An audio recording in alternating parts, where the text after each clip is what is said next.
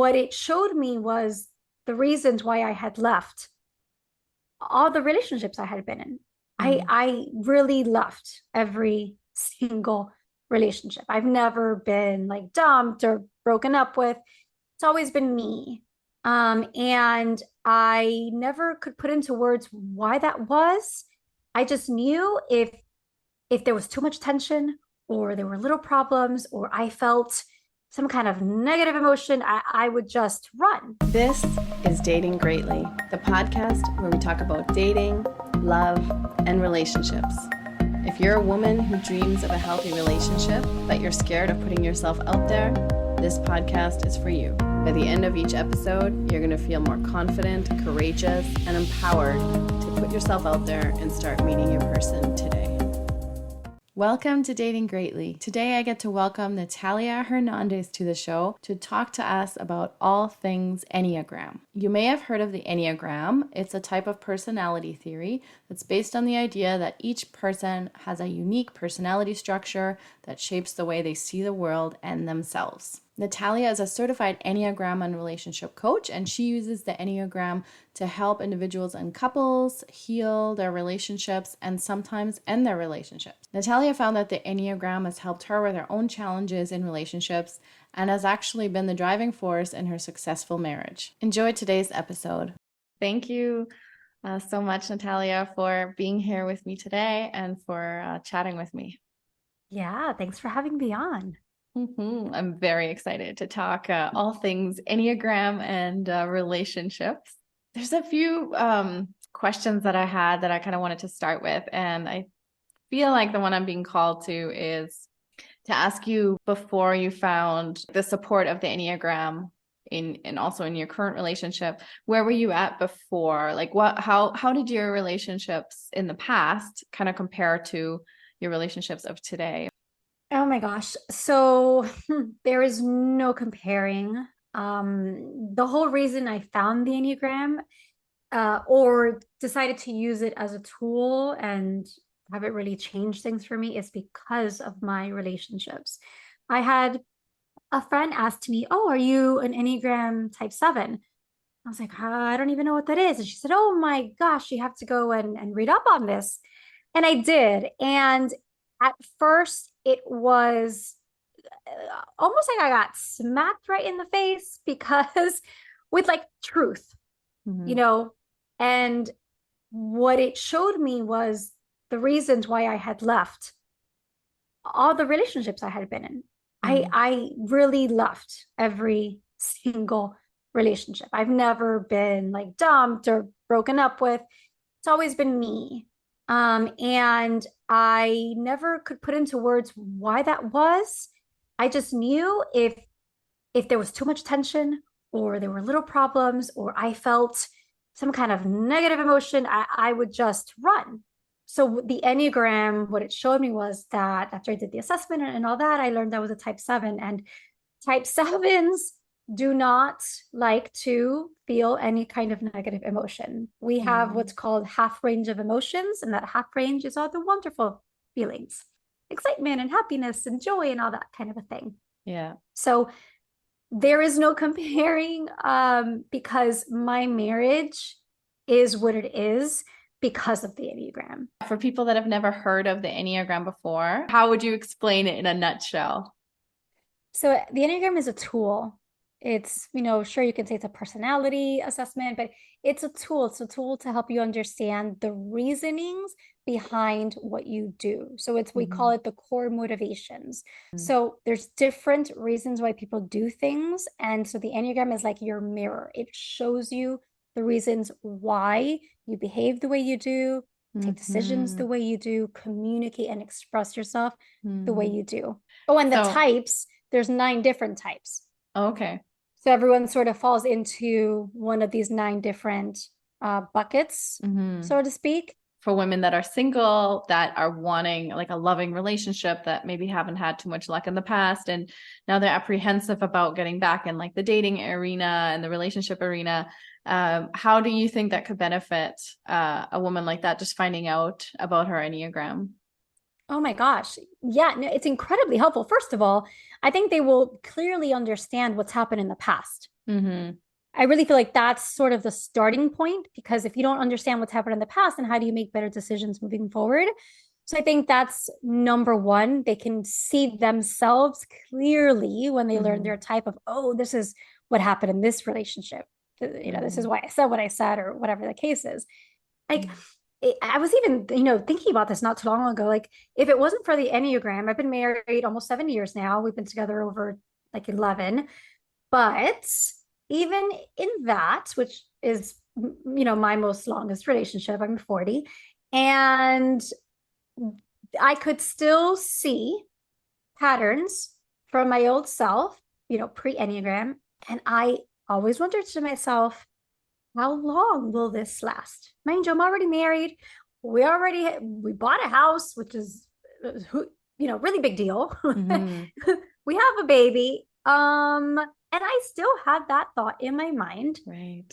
Is this going to last? And like, when am I going to leave?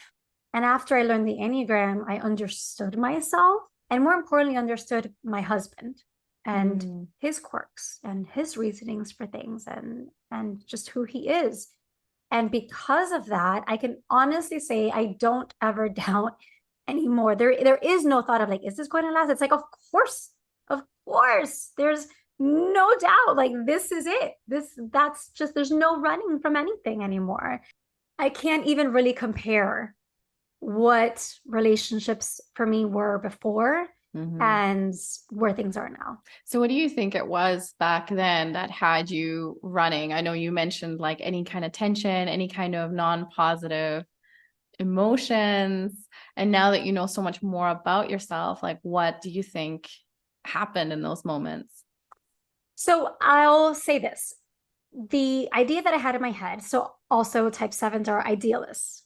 So we have Mm. this grand vision, right? And I thought a lot about that. And I'm going to say my parents have been together, I don't know, 40 something years. And I never saw them, at least from my perspective, right? I never saw them argue Mm. or have any kind of spat disagreement in front of me. I just never Mm-hmm. did either. They never did it, or my perception, right, was that that didn't exist. Yeah. So I always saw them so happy and lovely. And it wasn't until, mid 20s, or no, late 20s, when I realized, oh, wait, it's not true.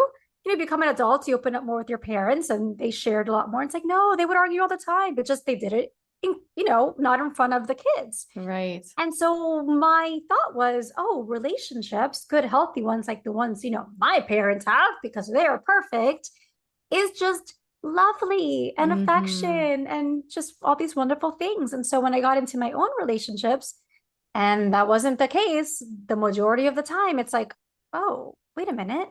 Wait, this isn't perfect like my parents. This is wrong. Like, let's say I was just having an argument with a boyfriend. Mm-hmm. If that lasted longer than a day, I was like, oh, we're not compatible. He's not Mm. understanding me. Like, no, Mm-hmm. okay, this isn't going to work. Okay, I Mm-hmm. gotta go. I Mm-hmm. didn't have sort of like the emotional capability Yeah. to really talk things through like a proper quote unquote adult and say, this is how I feel. What do Yeah. you feel? Right? That Yeah. language I didn't have. We feel trapped in this emotional pain. Everyone feels sadness. Yeah. Everyone feels disappointment. Yeah. However, for a seven, it feels like you'll be in it forever. And then Mm, it okay. feels like everything is wrong in Yeah. life, as opposed to this very specific issue that will Mm-hmm. eventually get resolved. That's so interesting what you said about the conflict too, like what you observed as a kid. And a lot of times you hear like for parents, well, let's not fight in front of the kids, or let's not have those conversations in front of the kids to protect them, which is a noble thing, and it's responsible, and that's wonderful. And then on the other hand, like in your case, you then also didn't get to witness these conversations, this kind of communication, maybe, conflict that then resolves again to come back to this loving place, which they always did, but it sounds like it always Mm-hmm. happened behind closed doors. So that's Mm-hmm. really interesting, and like a different perspective on, protecting your kids from healthy, it could be healthy communication, which it sounds like it was in your parents, can actually have like, yeah, just have us not be familiar with that piece at all. Yeah. And as a mom now, I always take that into consideration when if there's Mm. ever a disagreement between my husband and I don't wait until my son isn't in the room. I Mm-hmm. allow him to experience what it is when his two parents who love each other are disagreeing. And Mm-hmm. I'm going to have that. Now, we don't yell like crazy. We don't do curse words, none of that. But it is a healthy disagreement of, I don't agree with that. And this is my point of view. And we have these conversations in front of him. And sometimes he has said, oh, stop arguing. And we say, no, no, we're not arguing. No, no, he'll say, stop fighting. So Mm-hmm. we're not fighting. We're just not agreeing and we're talking through it. And he Yes. understands talking through it because when he goes to timeout, we always say, let's talk through this, right? So he understands that verbiage. Mm-hmm. So I say this, we're not fighting. We're talking through this because we're not agreeing. And Yeah. that's okay. You Yeah. can disagree and argue, and that's okay. Mm-hmm. And I remember that as being such an important thing for me as a mom to do and show him because I didn't have that. Of course, Mm-hmm. like you said, my parents are trying to do the noble thing, right? That's also a very old school way of thinking, like you don't fight in front of the kids and all that. But I want him to know that life isn't wonderful all the time and joyful all the time. There are hard moments and sometimes things suck. And you can fight and argue and then come right back and have, what he likes to call group hugs. And then Oh. everything's fine. Okay. As a type 7, I'm in the aggressive stance. So when I Mm. talk, it's really passionate and I can raise my voice. I'm not yelling. I'm just like, this is my point of view. And it's very direct. And so I can see from a little 4.5-year-old that he's like, oh, why are you fighting? It's like, no, I'm sorry. This is just how mommy talks. Yes. So you're predominantly a 7, is that right? And what Yeah. about your husband? So what is your husband's tendency with like conflict, for instance? Yeah, so that's also very different. And Mm-hmm. that was challenging. And again, so glad I found the Enneagram because I was able to really understand him. He's a type 5, and type 5s are much more introverted. Mm-hmm. They're not at all aggressive. They're what's called the withdrawn stance. So, as a 7, right? Let's give a good example. Before the Enneagram, I would have something to say, I would bring it up and just word vomit, right? This is what I think and this is what I feel, and just all of these things. Okay, now give Mm-hmm. me your response. Mm-hmm. He would either respond with like one or two words, or he'd say, I don't really see a problem. Or he'd say, so what do you want me to do to fix this? Mm-hmm. There wasn't, I'm going to relate back to you with how I feel. Mm-hmm. There wasn't, let's have this open dialogue about this. Mm-hmm. And there wasn't a empathetic, compassionate moment.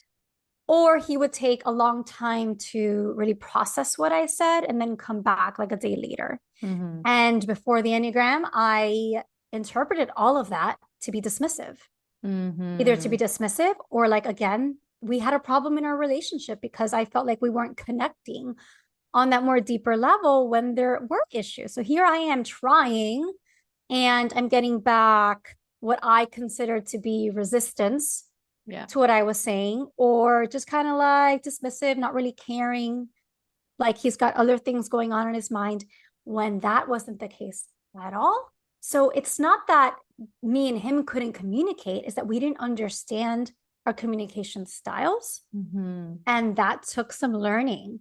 And when I saw the Enneagram and I read his type, well, he took the test and we found out he was a 5. I was like, oh, that makes so much sense. And I immediately felt, a little terrible for all these negative things I was telling in my head that he was. Like, he just doesn't care. Yeah. He doesn't want to pay attention to what's going on. He'd rather just be off on his own. And it's like, no, because he doesn't have as much energy as I have to emotionally handle these kinds of things. He's Yeah. slower paced.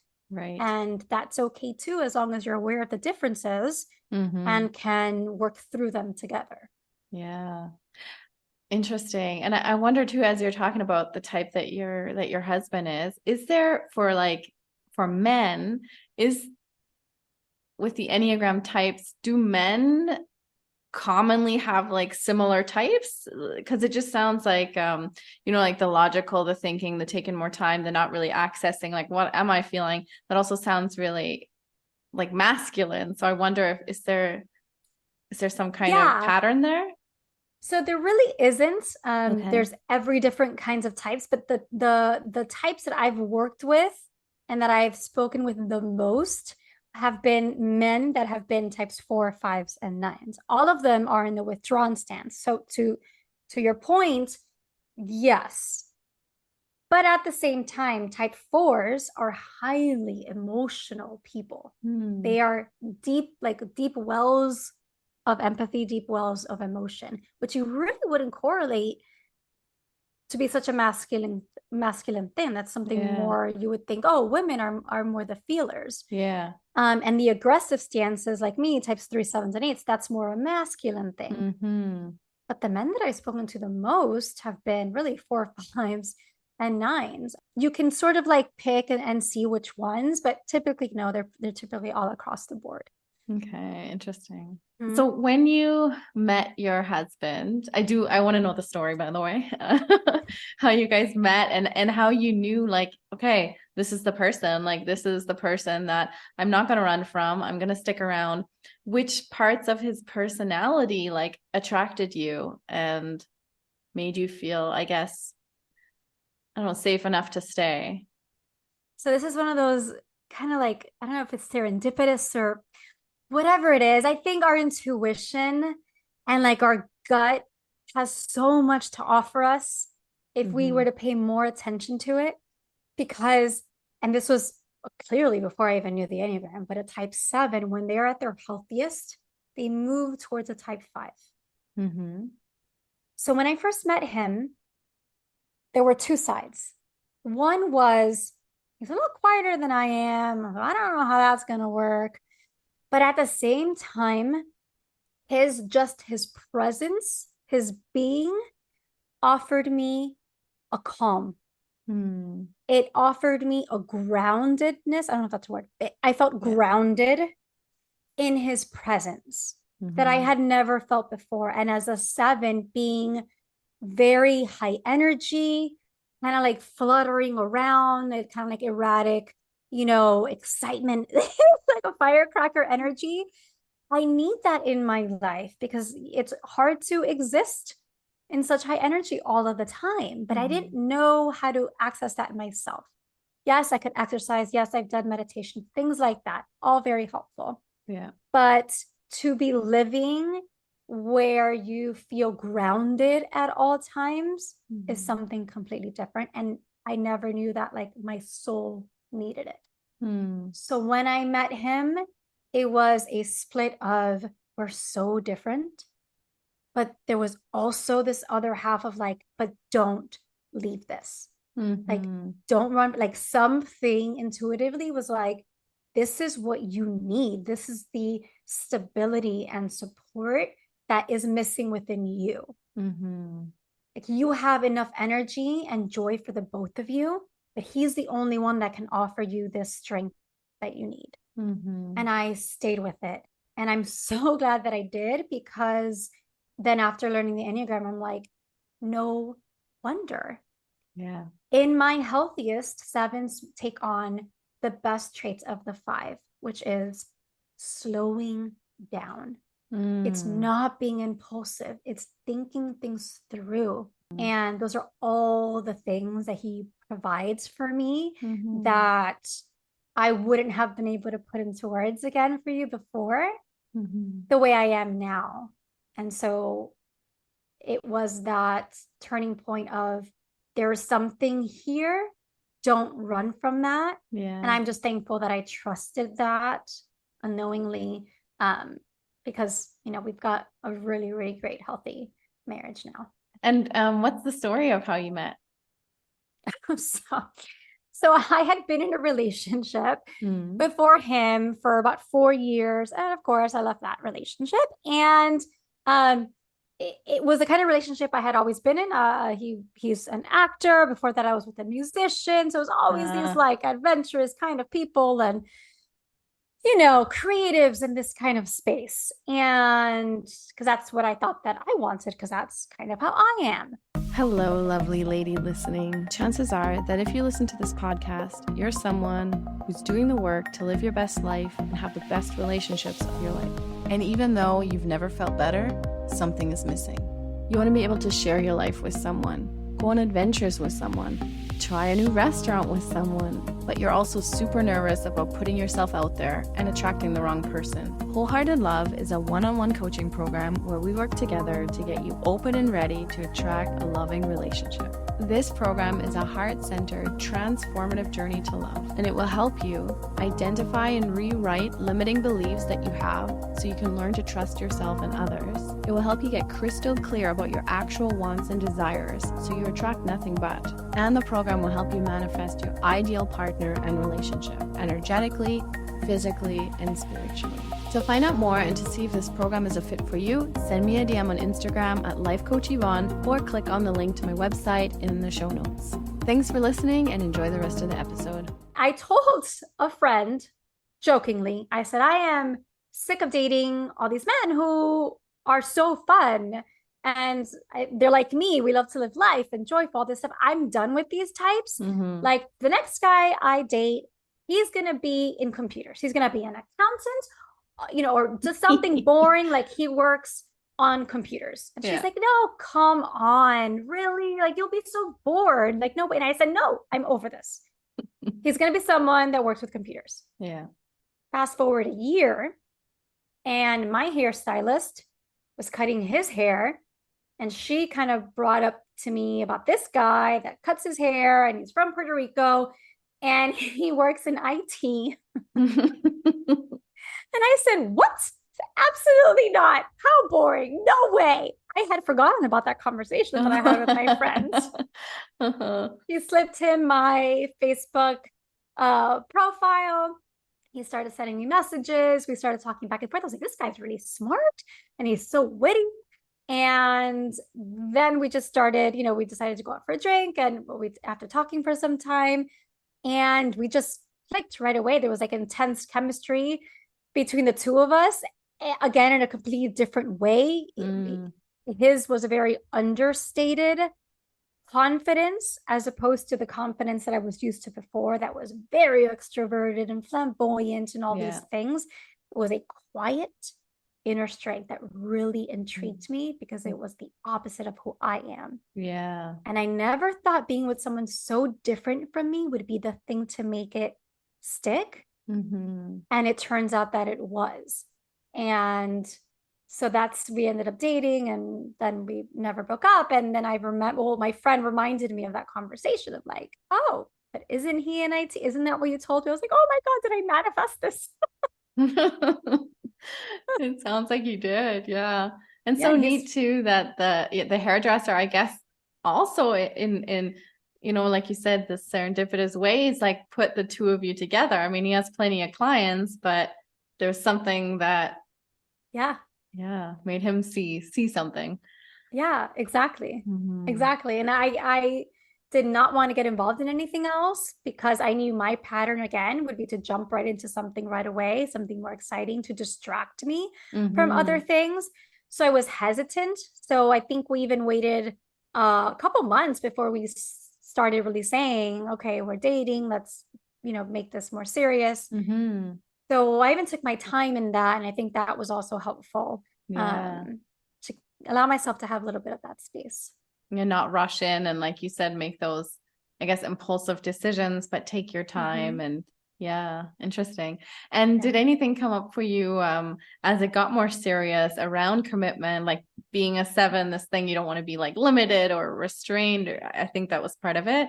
Did anything come up for you there? Like, what do you remember any moments where you were like, oh my God, like wanting to run, but not? Yes, there was this one moment where I think we were a couple months in and my husband, I don't know if this is a fight thing or not, or just maybe just true to him. He said, okay, what are we doing? Like, I want to define this. Are you in or are you out? Mm-hmm. And I remember we were in his kitchen. I said, well, can't we just like be hanging out? And he's like, no, we've been Mm. doing that. So are you in or are you out? And I was Wow. like, I said, I guess I'm in. But in the back of my head, I said, I'm not. I'm just going to tell him that I'm in because I'm not ready Okay. to let this go and I don't want to. But Yeah. he apparently needs an answer. So I'm just going to go ahead and tell him what he wants to hear. Mm-hmm. I also didn't want to have that conversation, right? Yeah. At 7, that's awkward. I don't want to have that. But Yeah. I just went ahead and told him, I'm in. But in the back of my head, I knew I could just leave at any time, Mm-hmm. So you right? had that out. Yeah. I Mm-hmm. always had the out in the back of my mind, Yeah. always. Uh-huh. But then I was the one that pressed to get married. Oh, 2 years, really? yeah, 2 years later, I said, okay, so what's happening here? Remember, he always wanted to get married, but he's slower in making Mm-hmm. decisions. He Mm-hmm. goes through the pros and cons and he thinks all these things. And I am much more impulsive. So Mm-hmm. when I knew like this is where it was at, I said, let's go. When are we getting Mm-hmm. married? Okay, you've got till New Year's. Gave him an ultimatum Wow. because we had been together, I think 2 years at that point, and Mm-hmm. we were already in our 30s. So I said, okay, you've got till New Year's. And that worked out great because the day after Christmas, he proposed. So Oh, wow, that's so sweet. Wow. How yeah. did that happen? It was the day before we were leaving to go to Puerto Rico. He's from Puerto Rico, so we're going to go Mm-hmm. visit family. And he had it underneath one of our Christmas gifts. Mm-hmm. And he wanted to take it. We were going to take our Christmas gifts to Puerto Rico and celebrate Christmas, morning there and open up Yeah. all the gifts. But being myself and a 7, true to nature, I was like, I want to open up gifts now. Now I'm getting my gift now. He said, no, let's pack. We have to pack still. And we have an Mm-hmm. early flight. We'll do this tomorrow. No, I want to open them now. Pack. That's so boring. I'll give you a gift. Let's open it. He's like, oh my gosh. So I remember him being like annoyed with me that I really wanted to open gifts at Mm-hmm. like 10 o'clock at night. Mm-hmm. And she said, all right. So I gave him one, he opened, then he gave me one. And I'm opening the gift, and at the bottom, he had taped the ring to the bottom of this jewelry box that he had gotten me. Mm. And so when I flipped it over, there was the ring sitting just so pretty. And I would Mm. never have imagined or guessed it. And I was like, oh my God. And the first thing, true to his nature, the first thing he said is, you see, do you understand why I didn't want to open the gifts now? He's like, but you kept pushing. You kept pushing. So now this is how I have to give you the ring. I'm like, I Yeah. so Aw. excited. And so that's how he's like, it was supposed to be in Puerto Rico tomorrow on Christmas Day. And he was like huffing and puffing over it. And it's He like, had but it you all made worked me. out. And yeah, but it was fine. Yeah, it was Oh. perfect. Mm-hmm. Yeah. Oh, that's so sweet. Wow. In your married life together now and like as parents as well, like how do your Enneagram types like complement each other? How do they complement each other? That's a good question. So we're both logical. Mm-hmm. We're both in the head center. Um, so types 5, 6s, and 7s, we're all very logical, rational thinkers. So that's very helpful because we approach issues in the same way, especially when it comes to school issues and things like that. Mm-hmm. Um, so that's where we're the same. We differ in that I am, again, much more open-minded, much more adventure seeking. Mm-hmm. Um, I react quickly to things and he's slower. Yeah. And we balance each other out as well because sometimes I have the tendency to plan a lot of things on the Mm-hmm. weekends, as 7s like to do. And he's really good at sort of like checking in with me and saying, hey, is that going to give you enough time to go work out? Is that going to give you Mm-hmm. enough time to prepare for their week or do that thing that you want to do? He's mindful in that Mm-hmm. way to say, I know you want to do these things for him, but do you really need to? I think he'll be Mm-hmm. okay at home. Like, I don't think he Mm-hmm. has to be doing all these things. Mm-hmm.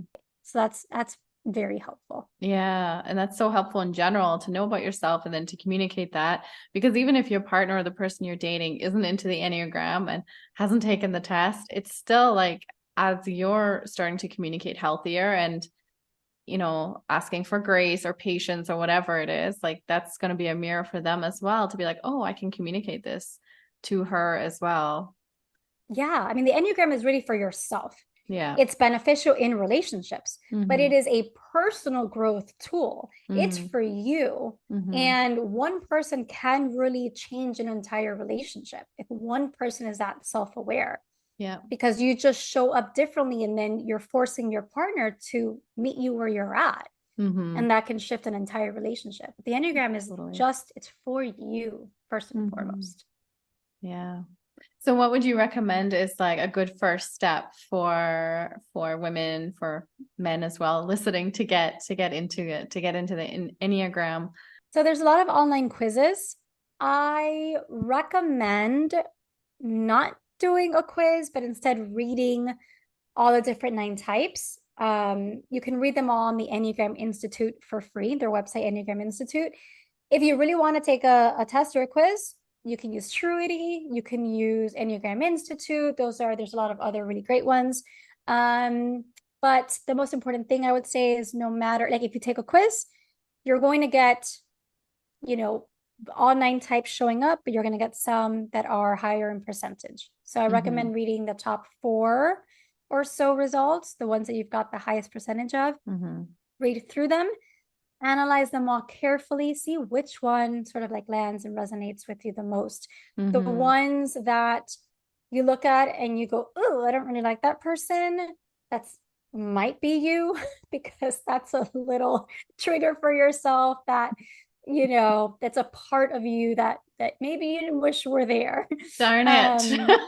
I was just thinking about my own results. And I was like, well, yeah, I really resonate with these ones because I perceive those to be like really nice. And then I was just in the thought of like, yeah, number 3, success driven, workhorse. Nah, I'm not that. And then you mentioned the trigger, like the ones you don't really like is probably who you are. I'm like, Yeah. darn it. Yeah, absolutely. Because Mhm. it's, again, the Enneagram is a mirror. Yeah. So it's going to reflect back to you those parts that we don't like. The fun parts are great, but it's the parts that we don't like. And I would also say, as the last tip on that, as people are reading through, is to keep in mind of how you've been the majority of your life. So we're Mm-hmm. talking teenage years up until maybe your late 20s.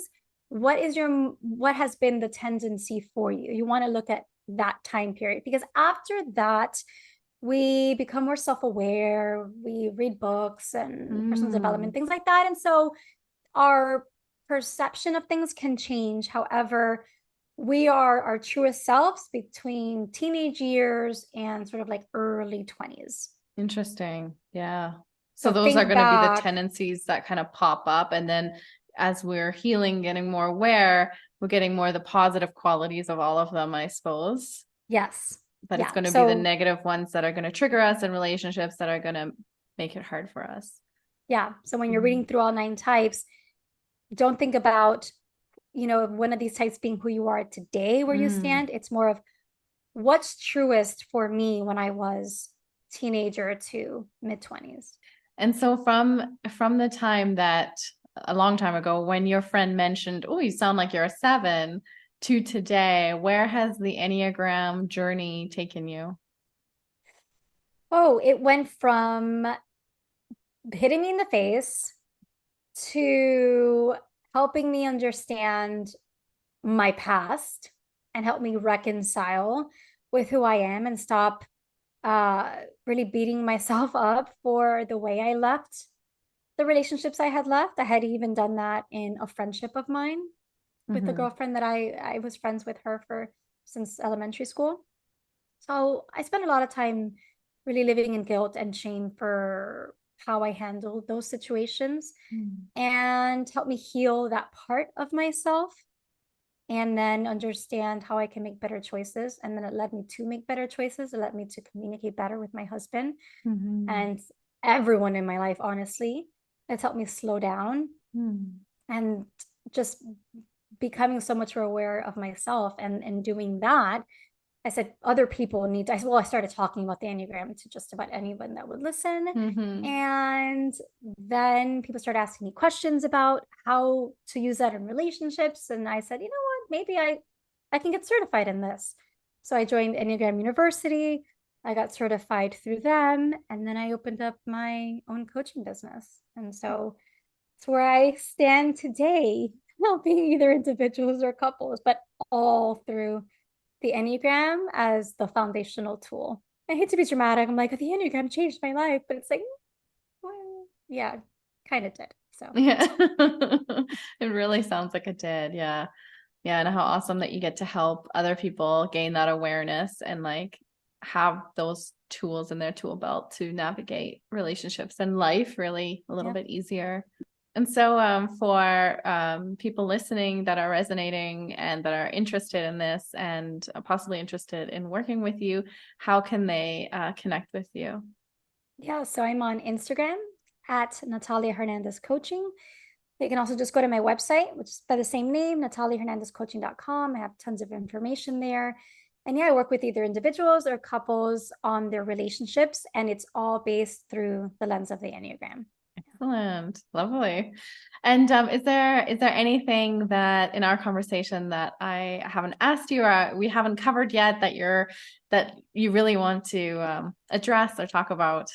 I think if your listeners just take anything away from this episode is if especially if they're single and they're really, really struggling in their love life and feel conflicted with maybe reconciling what's happened in the past, to really invest in themselves with their time in reading up on the Enneagram.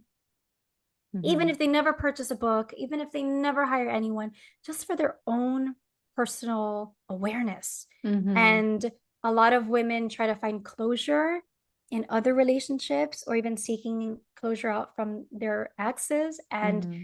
the closure you get from yourself. And I've said it before to clients and I'll say it here. The Enneagram is the quickest and easiest way you're going to find closure Mm-hmm. from what's happened, because it is that mirror. And so I would really encourage your listeners to just get online and just, it's all free, it's all there available. Just read up on the types and dive into that because there's going to be a lot of um, closure in a lot of different areas. The quiz that I took, it definitely some of them resonate. So I'm going to look at it now with also what you mentioned, like your childhood, teenage years, and then also read up on them, noticing like which ones bother me, what are the triggers. So I'll see. I'm sure it's gonna bring another level of clarity. Yeah. Yeah. You know which one bothered me the most for the seven? Wasn't the avoidance of emotions, it was gluttony. So Uh, sevens, it's like their vice is gluttony, which is like overconsumption of everything. And sevens can also have a tendency to become addicted to things, alcohol, narcotics, things like that. I yeah. thankfully haven't had an issue with that, Yeah. but the overconsumption, and I'm someone who is a big snacker, and I can't just have one cookie. I need Yeah. three. Yeah. And I can't just watch one Netflix show. I want to watch three episodes. Yeah. And that bothered me because I don't like that part of myself. I'm Mm-hmm. highly aware that it's challenging for me to just grab one snack and not five. And that really bothers me. It makes me feel like I'm out of control and I don't have no self-control. Yeah. And that's what triggered me the most. I'm like, that is 100% true for me Yeah. in so many areas of my Yes. life. I So totally yeah. resonate with that. Like the overindulging of anything that's pleasurable. Yes. Like all of a sudden, if I'm with my person and I'm enjoying it, like I have no boundaries. I have no, like, I like my self-care and like time limits, and I'll go out the window. Like I'm just impulsive in the moment. This is great. I want more. Yeah. Like addiction, like Yes. behavior for sure. And I have that with food as well. Mm-hmm. Yeah. And, the more stressed I am, the more that behavior comes out because I just want more of the good feeling things. So, yep. 100%. It's not our best side. No. Oh, that's really Yeah. good though. Okay, and yeah, just before we wrap up for today, what song are you currently dancing to? Oh my gosh, that's a good one. Okay. So this might completely be out of left field, but I am actually listening to some slower Yeah. music because it's not that easy for me still to tap Hmm. into more heartfelt things. So Hmm. sometimes I enjoy listening to like sadder music, like Adele and things like that, because it lets me feel. But before we started recording, I was listening to some Adele Hmm. and was all in my feels. And so that's what I tend to do lately. So Hmm. That's awesome. I love that. And do you have a specific song that comes to mind from Adele? not really. I listened to her latest album on repeat. There isn't, Hmm. I just listened to them all. All right. Well, thank you. Thank you so much, Natalia, for chatting with me today. It was super interesting, hear more about the Enneagram, about your story, and about how, yeah, it's helped transform your life. And yeah, very excited for where you're at. Oh my Thank gosh, you. Vaughn, thank you for having me on your show. I really hope that your listeners got a lot out of this and was able to put all this into really good use in their personal life. And thank you. Thank you for allowing me to come on your platform and share this. You're welcome. Thank you.